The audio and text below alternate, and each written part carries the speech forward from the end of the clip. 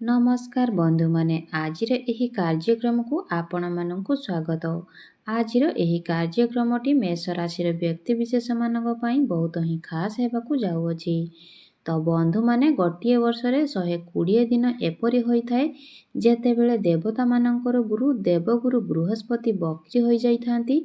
तेबे आमर राशि चक्र रे जो 12 गोटी राशि रहिचंती प्रत्येक राशि व्यक्ति विशेष मानकर जीवन रे एही 120 दिन रे किछि बड़ परिवर्तन हेबाकु जाउअछि। तेबे राशि चक्रर प्रथम राशि हेउछि मेष राशि। आजिर एही भिडियो रे आमे माने मेष राशि उपरे जानिबा जे एही जेउ 120 दिन रहुछि जेतेबेले कि देवगुरु बृहस्पति बक्री हेउछंती तो एही 120 दिन आपणक पई किपरि रहिबो, आपणक जीवन रे देवगुरु बृहस्पति किभଳି प्रभाव पकाइबे, आपणकु केते मात्रा रे शुभ फल प्रदान करिवे एवं केते मात्रा रे अशुभ फल प्रदान करिवे। एही 120 दिन मध्यरे आपणक जीवन रे कोन सब घटना घटिया पई केउ सब क्षेत्र रे देवगुरु बृहस्पति आपणक पई परिवर्तन आनिबे। तेबे 11 नवेम्बर 2025 नै 11 मार्च 2026 मध्यरे जेउ सब समय रहिला एही समय आपणक पई बहुत गुरुत्वपूर्ण अटे। बंधु माने प्रथमे आपण जानि रखिबा उचित जे बक्री एवं मार्गी कोण। जेतेबेले कौनसी शुभ ग्रह बक्री होइथांती तो तांकर शुभत्व बढ़ी जाइथाए एवं जेतेबेले कौनसी अशुभ ग्रह बक्री होइथांती तो सेतेबेले तांकर अशुभत्व बढ़ी जाइथाए। आमे अशुभ ग्रह भितरे राहु केतु एवं शनि को गणना करिथाउ एवं शुभ ग्रह मध्यरे सर्वप्रथमे आसिथांती देवगुरु बृहस्पति। तो देवगुरु बृहस्पति जेतेबेले बक्री हेबे तो तांकर शुभत्व रे मध्य वृद्धि हेबो। तेबे सबुठारु महत्वपूर्ण कथा हेउछि आपणक कुंडली रे केउ भाबरे गुरु बक्री हेउछंती, कारण भाव मध्य होइता अत्यंत गुरुत्वपूर्ण कथा अटे।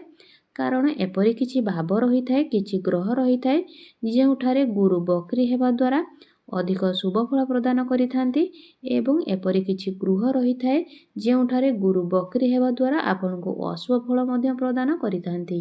एबे बंधु माने आसंतु आमे विस्तार भाबरे जानि नेबा जे एही जेउ 120 दिन रहुछि 11 नवेम्बर नै कि 11 मार्च पर्यंत आपणक जीवन रे कोन सब बड़ परिवर्तन आसीबाकु जाउछि।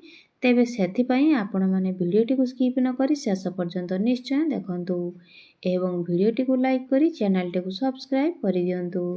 तेबे बंधु माने आपण माने जानि रखिबा उचित जे आमे एही भिडियो रे जेउ ज्योतिष चर्चा कथा कहूचे ताहा आपणकर जन्म राशि एवं चंद्र राशि उपरे आधारित अटे। आपणक जीवन रे 100% कोन घटिबो ताहा आपणकर निजस्व जन्म कुंडली रु ही जणा पड़ी थाए। एहा हेउची ग्रह मानकर गोचर स्थिति जहा प्रत्येक राशि व्यक्ति विशेष मानक उपरे किछि न किछि प्रभाव पकाई थाए। किंतु आमे जदि 100% कथा कहिबा ताहा केवल आपणकर जन्म कुंडली रे ही जणा पड़ी थाए। तेणु आपण जदि निजर जन्म कुंडली को विश्लेषण करिया पई चाहुचंती तेणु कमेंट बॉक्स रे निश्चय जणांतु। तेबे बंधु माने एबे आसंतु जानि नेबा बक्रीर अर्थ कोन। आपण माने जानिथिबे प्रत्येक ग्रह निजर गतिपथ रे सूर्य को परिक्रमा करिथांती। प्रत्येक ग्रहंकर एक निजस्व गतिपथ रही थाए, किंतु जेतेबेले मझिरे पृथ्वी आसी कोनोसी ग्रह को ओवरटेक करिथाए तो सेतेबेले एपरि प्रत्यमान होइथाए जे एमिति कि सेही ग्रहटी अलटा गति रे चालुछि, सेही ग्रहटी पछरे पड़ी जाइछि, किंतु वास्तव रे एपरि किछि होई न थाए। किंतु एही बक्री गतिटी आपणक जीवन रे अर्थात प्रत्येक राशि व्यक्ति विशेष मानक जीवन रे एक बड़ परिवर्तन आनी थाए। तो एबे आसंतु जानिबा आपणक जीवन रे कोन सब परिवर्तन आसीबाकु जाउअछि। तेबे बंधु माने आपणकर चतुर्थ भाव रे गुरु बक्री हेउछंती। चतुर्थ भावटी को कुंडली रे बहुत गुरुत्वपूर्ण माना जाय थाए। चतुर्थ भावटी कुंडली रो केंद्र रे थाए। एहा बहुत ही शुभ स्थान होई थाए। एहा समस्त प्रकारर भौतिक सुखर स्थापना होई थाए। आपणकर जमी प्रॉपर्टी समस्त प्रकारर जानबाहनार सुखर भाव होई थाए। मांकर भाव होई थाए।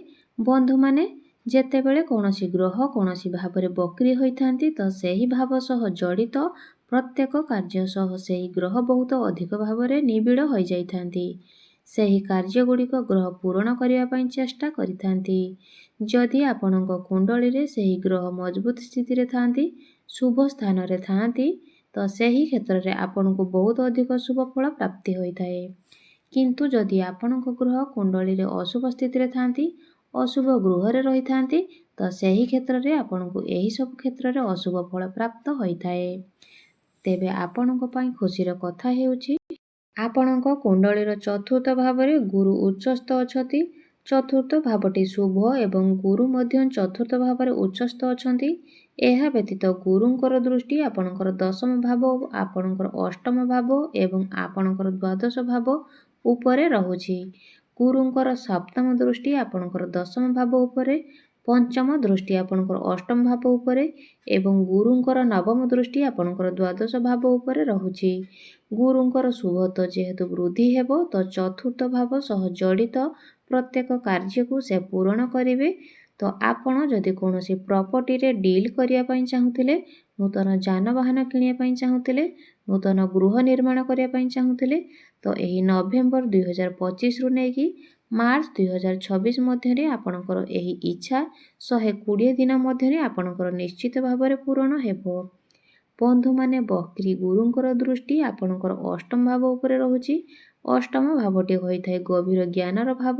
ତ ଆପଣଙ୍କ ମଧ୍ୟରେ ଗଭୀର ଜ୍ଞାନ ବଢ଼ିବ, ଆପଣଙ୍କ ମଧ୍ୟରେ ଧାର୍ମିକ ଭାବନା ଜାଗ୍ରତ ହେବ, ଆପଣଙ୍କ ମଧ୍ୟରେ ମ୍ୟାଚ୍ୟୁରିଟି ଲେଭେଲ୍ ବଢ଼ିବ। ଯଦି ଆପଣ ରିସର୍ଚ୍ଚ ଫିଲ୍ଡରେ କାମ କରୁଛନ୍ତି, ଯଦି ଆପଣ ଜ୍ୟୋତିଷ ଅଟନ୍ତି, ଗଣିତଜ୍ଞ ଅଟନ୍ତି, ଯଦି ଆପଣ କୌଣସି ତନ୍ତ୍ର ଶିକ୍ଷା କରୁଛନ୍ତି, ତ ଏହିସବୁ କ୍ଷେତ୍ରରେ ଆପଣଙ୍କୁ ବହୁତ ଅଧିକ ସଫଳତା ମିଳିବାକୁ ଯାଉଅଛି। କିନ୍ତୁ ଆଉ ଗୋଟିଏ କଥା ହେଉଛି, ଏହି 120 ଦିନ ମଧ୍ୟରେ ଆପଣ ଟିକେ ଅଧିକ ବାହାର ଖାଦ୍ୟ ଖାଇପାରନ୍ତି ଏବଂ ପ୍ରତ୍ୟେକ କଥାରେ ଆପଣ ଟିକେ ଅଧିକ ଯୁକ୍ତିତର୍କ କରିପାରନ୍ତି। ଏହା ବ୍ୟତୀତ ଗୁରୁଙ୍କର ଦୃଷ୍ଟି ଆପଣଙ୍କର ଦଶମ ଭାବ ଉପରେ ରହୁଛି। ଦଶମ ଭାବଟି ହୋଇଥାଏ କ୍ୟାରିୟର ଭାବ, କାର୍ଯ୍ୟକ୍ଷେତ୍ରର ଭାବ। ତ ନିଶ୍ଚିତ ଭାବରେ ଆପଣଙ୍କର କ୍ୟାରିୟରରେ ବହୁତ ଭଲ ପରିବର୍ତ୍ତନ ଆସିବ। ଆପଣ କ୍ୟାରିୟରରେ କେମିତି ଆଗକୁ ବଢ଼ିବେ, କେମିତି ଉନ୍ନତି କରିବେ, ସେ ବିଷୟରେ ଆପଣ ଅଧିକ ଚେଷ୍ଟା କରିବେ। ହୁଏତ ଆପଣଙ୍କୁ ଆପଣଙ୍କର କାର୍ଯ୍ୟକ୍ଷେତ୍ରରେ ପ୍ରମୋସନ୍ ମିଳିପାରେ, ଆପଣଙ୍କର ଦରମାରେ ବୃଦ୍ଧି ହୋଇପାରେ। ଯଦି ଆପଣଙ୍କ ବିରୁଦ୍ଧରେ ଯଦି କେହି କିଛି ପଲିଟିକ୍ସ କରୁଥିଲେ, ସେ ତାଙ୍କର ଷଡ଼ଯନ୍ତ୍ରରେ ବିଫଳ ହେବେ। ଆପଣ କିନ୍ତୁ ଆଗକୁ ବଢ଼ି ଚାଲିବେ। ଯେଉଁମାନଙ୍କ ପାଖରେ ଚାକିରି ନାହିଁ, ସେମାନଙ୍କୁ ଚାକିରି ମିଳିବାର ମଧ୍ୟ ବହୁତ ଅଧିକ ସମ୍ଭାବନା ରହୁଅଛି। ତ ଆପଣ ନିଜ ତରଫରୁ ଚେଷ୍ଟା କରି ଜାରି ରଖନ୍ତୁ। ଏହି 120 ଦିନ ଆପଣଙ୍କୁ ଚାକିରି ମିଳିବା ପାଇଁ ସୁବର୍ଣ୍ଣ ସୁଯୋଗ ଅଟେ। ତ ବନ୍ଧୁମାନେ, ବକ୍ରୀ ଗୁରୁଙ୍କର ଦୃଷ୍ଟି ଆପଣଙ୍କର ଦ୍ୱାଦଶ ଭାବ ଉପରେ ରହିବ। ତେବେ ସେହି ବ୍ୟକ୍ତିଙ୍କ ପାଇଁ ଏହା ଅଧିକ ଶୁଭପ୍ରଦ ରହିବ ଯେଉଁମାନେ ବିଦେଶରେ ରହୁଛନ୍ତି, କାରଣ ଦ୍ୱାଦଶ ଭାବଟି ହୋଇଥାଏ ବିଦେଶର ଭାବ। ଯେଉଁମାନେ ବିଦେଶ ଯାତ୍ରା କରିବା ପାଇଁ ଚାହୁଁଥିଲେ, ସେମାନଙ୍କ ପାଇଁ ମଧ୍ୟ ଏହା ଶୁଭପ୍ରଦ ସାବ୍ୟସ୍ତ ହେବ। ସେମାନଙ୍କୁ ବିଦେଶ ଯିବାକୁ ସୁଯୋଗ ମିଳିବ। କିନ୍ତୁ ଏହି 120 ଦିନ ମଧ୍ୟରେ ନିଶ୍ଚିତ ଭାବରେ ଆପଣଙ୍କୁ କୌଣସି ନା କୌଣସି ଦୂର ଯାତ୍ରା କରିବେ। ଏହି ସମୟ ମଧ୍ୟରେ ଆପଣ ଧାର୍ମିକ ଯାତ୍ରା ମଧ୍ୟ କରିପାରନ୍ତି। ତେବେ ଗୁରୁ ଯେଉଁ ବକ୍ରୀ ଅବସ୍ଥାରେ ରହିଛନ୍ତି, ପୁନର୍ବାର ଗୁରୁ ବକ୍ରୀ ଅବସ୍ଥାରେ 3 ଡିସେମ୍ବରକୁ ଆପଣଙ୍କର ତୃତୀୟ ଭାବକୁ ଗୋଚର କରିବେ। ସେତେବେଳେ ଗୁରୁଙ୍କର ଦୃଷ୍ଟି ଆପଣଙ୍କର ଭାଗ୍ୟ ଭାବ ଉପରେ ରହିବ। ତ 3 ଡିସେମ୍ବର ପରେ ଆପଣଙ୍କର ଭାଗ୍ୟ ମଧ୍ୟ ପ୍ରବଳ ହେବ। ଯଦି ପିତାଙ୍କ ସହିତ ଆପଣଙ୍କର ଯୁକ୍ତିତର୍କ ହେଉଥିଲା, ପିତାଙ୍କ ସହିତ ଆପଣଙ୍କର କୌଣସି ପ୍ରକାରର ସମସ୍ୟା ଥିଲା, ତ ଆପଣ ଏହି ସବୁରେ ସୁଧାର ଦେଖିବାକୁ ପାଇବେ। ଆପଣଙ୍କୁ ଆପଣଙ୍କର ପିତାଙ୍କ ଠାରୁ ସମସ୍ତ ପ୍ରକାରର ସାହାଯ୍ୟ ସହଯୋଗ ପ୍ରାପ୍ତି ହେବ। ଯଦି ଆପଣଙ୍କର ପିତା କୌଣସି ବିଜନେସ୍ କରୁଛନ୍ତି, ତାଙ୍କର ବିଜନେସ୍ରେ ମଧ୍ୟ ଗ୍ରୋଥ୍ ଆସିବ। ଯେଉଁମାନେ ଉଚ୍ଚ ଶିକ୍ଷା କରିବା ପାଇଁ ଚାହୁଁଛନ୍ତି, ସେମାନଙ୍କ ପାଇଁ ମଧ୍ୟ ଶୁଭ ସମୟ ଆରମ୍ଭ ହୋଇଯିବ। ତ 3 ଡିସେମ୍ବର ପରେ ଆପଣ କୌଣସି ଉଚ୍ଚ ଶିକ୍ଷା ପାଇଁ ମଧ୍ୟ ଦୂରଯାତ୍ରା କରିପାରନ୍ତି।